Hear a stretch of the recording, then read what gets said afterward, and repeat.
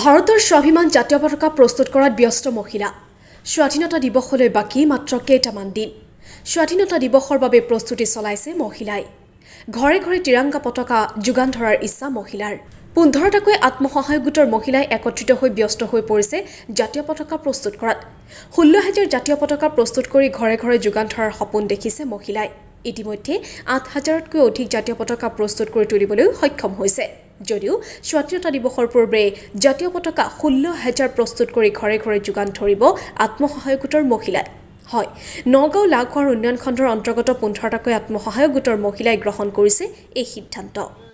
যেহেতু স্বাধীনতা দিৱস সমাগত, এবাৰ গাঁৱে গাঁৱে দেখা গৈছে মহিলাসকল জাতীয় পতাকা নিৰ্মাণত ব্যস্ত হৈ পৰিছে, কি ক'ব?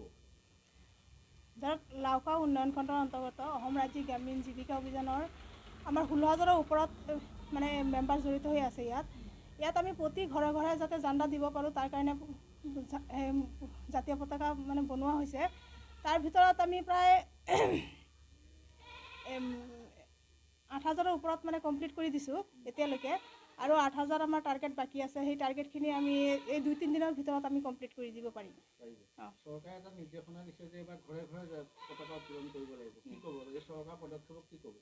চৰকাৰৰ পদক্ষেপক আমি উদগনি জনাইছোঁ, কাৰণ আমি চৰকাৰে যিখিনি কাম কৰিব দিয়ে সেইখিনি কৰিবলৈ আমি ইচ্ছুক।